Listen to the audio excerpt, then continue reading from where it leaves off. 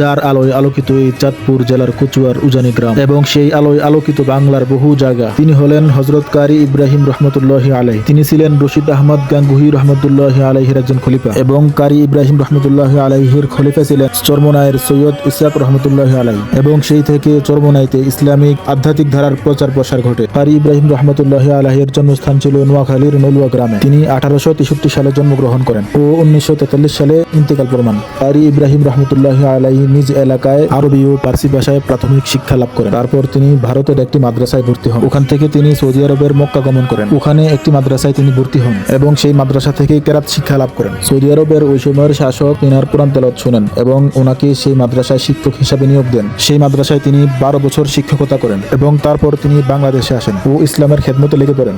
1901 সালে তিনি চাঁদপুর জেলার কচুয়া থানার উজানি গ্রামে জামিয়া ইসলামিয়া ইব্রাহিমিয়া উজানি মাদ্রাসা প্রতিষ্ঠা করেন। তিনি রশিদ আহমদ গাঙ্গুহি রহমতুল্লাহি আলাইহির নিকট বায়াত গ্রহণ করেন এবং 18 দিন পরে তিনি খেলাফত লাভ করেন। চরমোনাইয়ের সৈয়দ ইসহাক রহমতুল্লাহি আলাইহি ছিলেন হযরত কারি ইব্রাহিম রহমতুল্লাহি আলাইহির একজন খলিফা এবং সেই চরমোনাই থেকে আজ বাংলাদেশের আনাচে কানাচে ইসলামের প্রচার প্রসার চলছে এবং সেই উজানি মাদ্রাসা থেকেও লক্ষ লক্ষ আলেম ও হাফেজ তৈরি হয়েছে।